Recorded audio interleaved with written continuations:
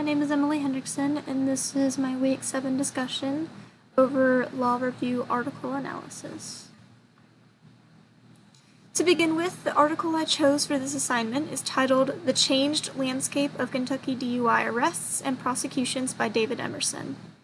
The article focuses on the case of Commonwealth v. McCarthy, a 2021 case that has reshaped DUI law in Kentucky by restricting the prosecution's ability to use a driver's refusal to submit a blood test as evidence of guilt.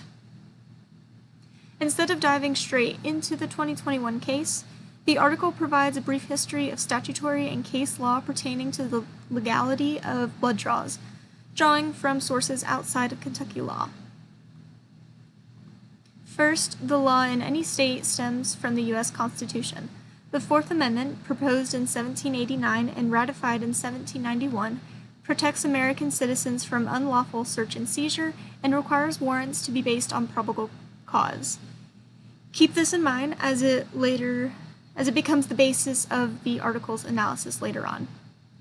Next comes the case of Schmerber v. California of 1966, which permitted a compelled hospital blood draw without a warrant under exigent circumstances. Fast forward to 2013, and we have the case of Missouri v. McNeely, which centered on the idea that the eventual dissipation of alcohol in the blood did not automatically create exigent circumstances where warrants were not required. Instead, the case implemented a totality of circumstances approach, which states that probable cause is determined by a judge or court balancing the circumstances and contributing factors of a situation. In 2016, the case of Birchfield v. North Dakota further clarified that breath tests may be administered without a warrant, as search is incident to arrest, but blood tests are more intrusive and generally require a warrant. The Birchfield v. North Dakota case set the precedent for future DUI prosecutions, declaring that states cannot impose criminal penalties for refusing warrantless blood tests. This brings us to 2021, where the case of Commonwealth v. McCarthy becomes the main focus. The defendant, Jared McCarthy, was originally arrested in Owensboro, Kentucky in 2014 and charged with DUI. He was asked by officers to voluntarily offer his blood for blood alcohol content testing. He refused, and prosecutors told the jury about his refusal, thus admitting his refusal as evidence. His refusal also garnered more criminal charges. After receiving a guilty conviction, McCarthy appealed, citing Birchfield v. North Dakota and stating that the prosecution cannot introduce refusal evidence to imply guilt because doing so penalizes the exercise of Fourth Amendment rights. The court reversed McCarthy's conviction, and Kentucky became the first appellate court in the nation to rule that refusing a blood draw cannot be admitted in a criminal DUI prosecution. So this is going to be the summary of the Law Review article.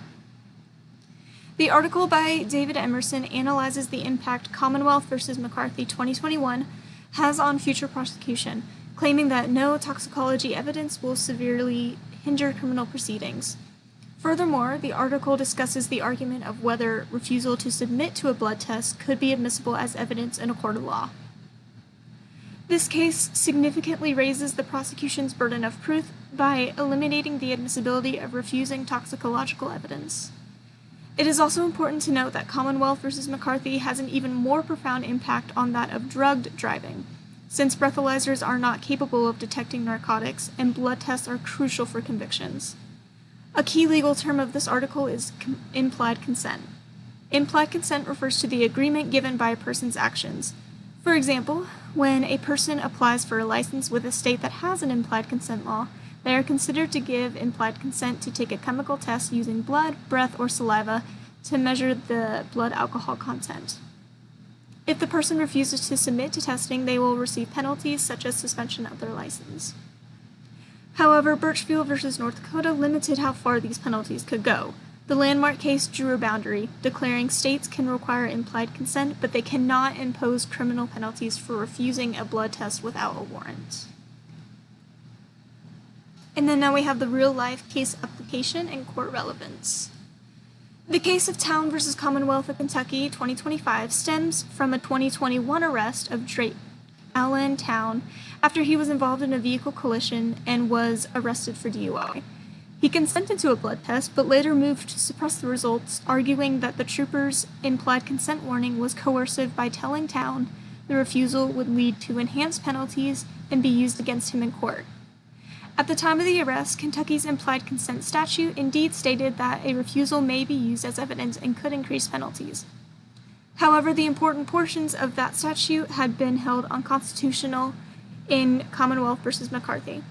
Unlike McCarthy's case, where the defendant did not submit to the blood test, Town voluntarily consented to the test, and review of the interactions between Town and the arresting officer showed no coercive nature.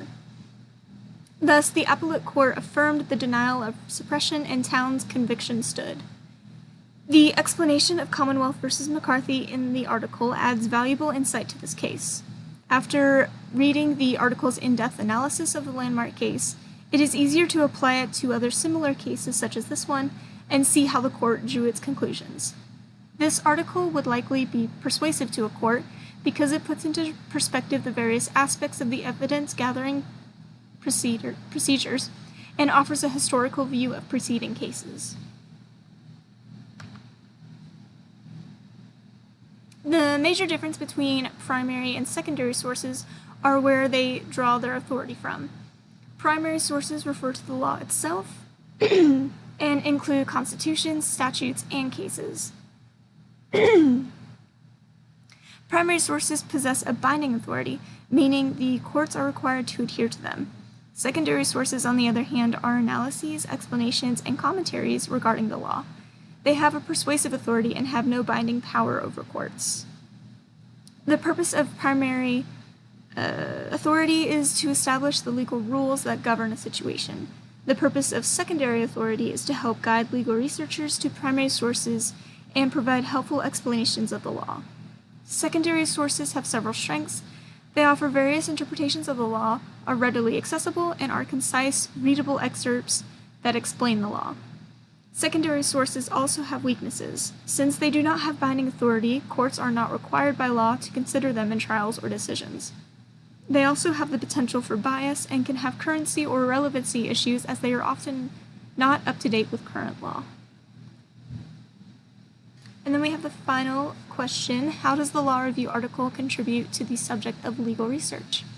The article by David Emerson contributes to the legal research by further explaining the complex concept of implied consent and providing a detailed history of the legality surrounding blood draws for DUI convictions. Before reading this article, I was not aware that you could refuse a blood draw if you were arrested for DUI. I watch a lot of body cam videos on YouTube, and a majority of them center on suspected DUIs. Oftentimes, the videos end before or cut out the evidence-gathering part. It's intriguing to know the inner workings of the law and see how the current law has been influenced by precedent cases such as McCarthy versus the Commonwealth. And here are my references. Thank you.